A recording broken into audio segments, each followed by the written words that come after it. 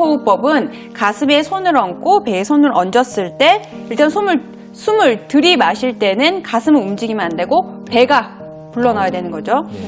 숨을 들이마시고 내뱉을 때도 역시 가슴은 움직이면 안 되고 배가 움직여서 배만 들어가면 되는 거군요. 네. 배가 들어가는 호흡법이 바로 복식호흡법입니다.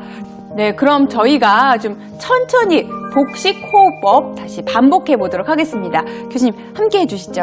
네, 복식호흡법은 먼저 한쪽 손을 가슴 중앙에 올리시고 네. 다른 손은 아랫배에 올리시고 천천히 이제 숨을 들여 마시는데 이제 가슴에 있는 손은 움직이지 않고 아랫배에 된 손이 숨을 들여 마실 때 천천히 나오도록 들여 마시고 또 내쉴 때는 아랫배에 된 손이 들어가도록 숨을 쉬는 것입니다. 이런 복식호흡을 자주 해주게 되면은 좀 더 쉽게 숨을 쉴 수 있는 그런 현상이 되고 특히 갑자기 숨이 너무 차가지고 쩔쩔 맬 때도 바른 자세에서 숨을 쉬게 되면 그러니까 복식호흡을 이용해 가지고 숨을 쉬게 되면은 조금 안정을 취할 수 있는 그런 상황이 됩니다. 그럼 저희가 한번 해보도록 하겠습니다. 저희 자세가 맞는지 한번 봐주세요. 자, 한번 들이마시고 내쉬고 다시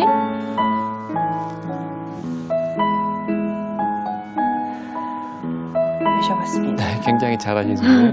교수님, 혹시 이 호흡을 할 때 좀 유의해야 될 점이 있나요? 이제 복식호흡 할 때 역시 횡격막, 즉 배가 많이 나오고 들어가게 하려면은 일어서서 하게 되면은 바로 서서 하게 되면은 좀 더 효과적이라고 알려져 있습니다. 네. 일어서서 하는 게 중요하고요. 이걸 하루에 몇 번 정도 하면 좋을까요? 알려져 있기로는 한 번에 한 20번 정도, 그리고 하루에 한 3번 정도, 3회 정도. 오, 이렇게 하면 도움이 되는 걸로 알려져 있습니다. 네. 그렇군요. 그러면 이렇게 들이마시고 내쉴 때 배만 움직이는 게 복식호흡인데 다음 궁금한 게 바로 휘파람 호흡법입니다. 이 휘파람 호흡법이란 건 어떤 건가요? 이거는 만성 폐쇄성 폐질환 환자한테서 많이 도움이 되는 그런 호흡법이 됩니다. 그 이유가 만성 폐쇄성 폐질환은 숨을 내쉴 때 기류 제한이 있는 그런 병이라고 그랬잖아요. 네. 기류 제한이 무슨 말이에요? 이제 우리가 빨리 숨을 내쉬고 싶은데 만성 폐쇄성 폐질환 환자는 숨을 후 내뱉어도 공기가 잘 나가지 않고 또 들어오지 않는 그런 질환이거든요. 그러니까 공기가 원하는 만큼 기도해서 들락날락 못하는 질환이 기류 제한이라고 그럽니다. 그래서 이걸 효과적으로 극복하려면은 즉 숨을 내쉬거나 할 때 기도가 허탈되지 않게, 허탈이라는 거는 순간적으로 좁아지는 걸 말하는 거거든요. 그걸 방지하기 위해서 하는 건데 이론적으로는 굉장히 쉬워요. 그러니까 입을 뭐 지갑 모양이나 아니면 휘바람 불 때 모양처럼 오므리고 숨을 크게 들여 마셨다가 내쉴 때는 천천히 이렇게 내쉬면은 이 기도가 좁아지는 걸 방지할 수 있고 숨을 좀 편하게 쉴 수 있게 그런 호흡법이 됩니다. 그럼 저희가 좀 배워보도록 하겠습니다. 휘파람 호흡법은 일단 입을 오므리고 네. 하면 되는 건가요? 오므리고 크게 들여 마신 다음에 천천히 뭐 이렇게 내쉬는. 교수님 이때도 배로 숨을 쉬어야 되는 건가요? 아니면 편하게 그냥 쉬면 될까요? 원래 두 가지 같이 하면 더 도움이 많이 되겠죠. 같이 하는 게 좋을 것 같습니다. 네. 자, 휘파람 호흡법. 입을 오므리고 천천히 내쉬보도록 하겠습니다.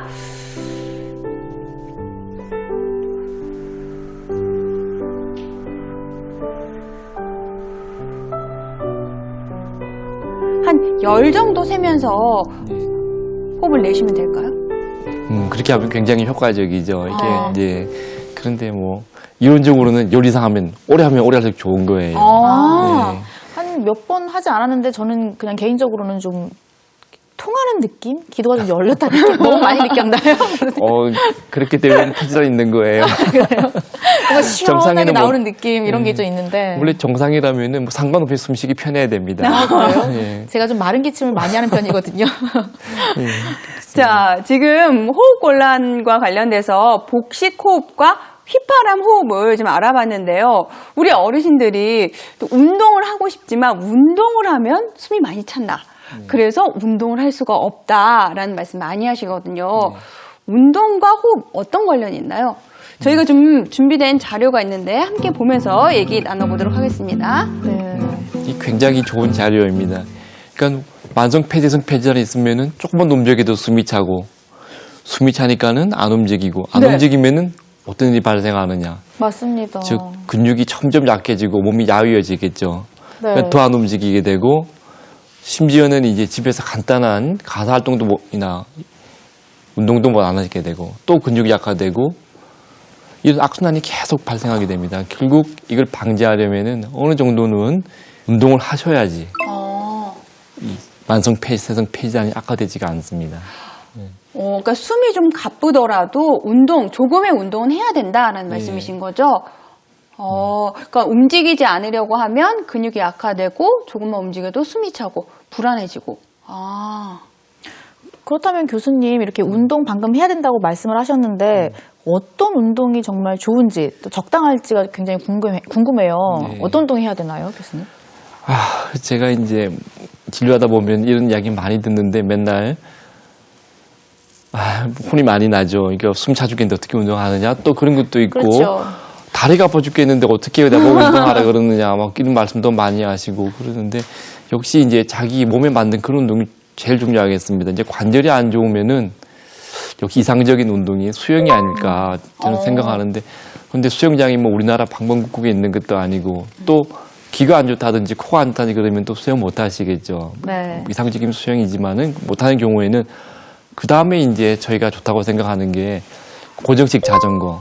그러니까 우리 이제 헬스클럽 가면은 이제 고정시켜 놓고 돌리는 자전거 있지 않습니까? 네. 그건 관절이 나빠도 어느 정도 할 수 있고 또 본인의 능력에 맞춰서 조절할 수 있기 때문에 그것도 상당히 좋은 운동이 되겠습니다. 그리고 그것도 어렵고 나 정말 시골에 살아서 힘들다. 그러면은 야산 정도를 천천히 오르는 게 도움이 되는데 그걸 이제 하나 좀 어려운 게 내려올 때 무릎이 네. 안 좋으면 내려오는 게 더 힘드시다 그러잖아요. 네. 이제 그런 좀 애로가 있어가지고 올라오는 건 어느 정도는 경사가 있더라도 내려오는 건 완만한 그런 데를 골라서 운동하시는 게 어떨까 싶습니다. 네, 교수님께서 자전거 타기, 수영, 또 천천히 걷기 운동 추천해 주셨는데요. 이 운동들을 할 때 혹시 좀 유의해야 될 점이 있을까요? 네. 특히 이제 아까 자전거 돌리기가 어느 정도 좋다고 그랬는데 그게 좋은 이유가 운동할 때 본인의 맥박수라든지 그다음에 혈압도 가끔 측정할 수 있고 또 안정된 공간에서 운동을 하다 보니까 주변에 뭐 잘못되면 도와줄 수 있는 그런 상황이 있거든요. 그래서 그런 안정된 곳에서 해야 되겠다. 누구 도움이 필요한 그런 장소에서 해야 되겠다. 그다음에 본인의 맥박수라든지 호흡수 그리고 혈압 같은 것도 어느 정도는 체크해가면서 하는 게 도움이 되겠습니다. 네.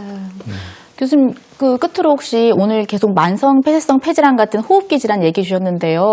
호흡기 질환 앓고 있는 우리 환자들은 좀 어떤 점들을 유의해야 될까요? 역시 뭐니 해도 자신의 병이 뭔가를 정확하게 아는 게 제일 중요하겠습니다. 그 다음에 이 질환에 따라 가지고 상비약들이 항상 있어요. 그러니까 만성 폐쇄성 폐질환 같은 경우는 갑자기 내가 숨이 너무 차다 그럴 때 쓸 수 있는 약을 보통 병원에 처방해 드리거든요. 네. 그런 것들을 항상 지참하는 게 도움이 되겠습니다. 그 다음에 또 도움이 될 만한 거 아까 우리 연습해봤던 복식호흡법이라든지 휘파람 호흡법 같은 걸 해가지고 왠지 모르게 조금씩 움직였는데 숨이 너무 차다 그러면은 급하니까 뭐 집에 빨리 가야지만 그렇게 하지 말고 조금씩 안정을 취해가면서 그런 식으로 쉬어가는 게 좀 도움이 되겠습니다. 호흡을 좀 조절하는 것이. 네. 네. 전 또 궁금한 게 교수님께서 맥박에 대해서 말씀해 주셨는데요. 만성 폐쇄성 폐질환 환자 같은 경우에는 맥박의 빈도가 어느 정도가 정상 범주에 드는 건가요? 원래는 정상적으로 사람의 맥박수는 60에서 100개 사이가 정상이에요. 그리고 운동을 하면 할수록 좀 빨라지긴 하는데 그래도 100회는 안 넘는 게 좋습니다. 100회는 넘지 않는 게 중요하군요. 네. 그런데 이 만성 폐쇄성 폐질환이 있어가지고 호흡이 불편하면은 이걸 보상하기 위해 가지고 본인은 힘들게 운동을 하지 않았는데도 맥이 동년배 친구에 비해서 빨라지는 그런 경우가 있어요. 그래서 부정맥도 자주 오게 되죠. 네. 어쨌든 정상적으로는 60회에서 100회 사이가 정상입니다. 주로 보통 이렇게 맥박 재는 모습을 보면 손목이나 여기 목, 귀 뒤를 재시는 분도 계시던데요. 이것도 괜찮은 건가요?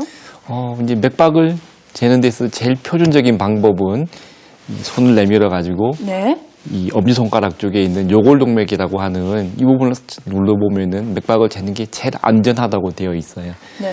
그런데 가끔 이제 목에 큰 경동맥이라고 하는 동맥이 올라가거든요. 여기 되면은 생각보다 쉽게 잘 지어져요. 네네. 그래서 사람들이 막 여기 눌러가지고 자기 맥박수 얼마인가 재고 그러는데 이건 조금 위험해요. 여기는 특별한 수용체가 있어가지고 이걸 누르면은 오히려 맥박수가 떨어지게 되고 실신할 수도 있고 또 기침 반사라고 해가지고 기침이 유발되기도 때문에 목에 있는 동맥을 눌러가지고 자기 맥박수 재는 건 조금 지양하셔야 됩니다.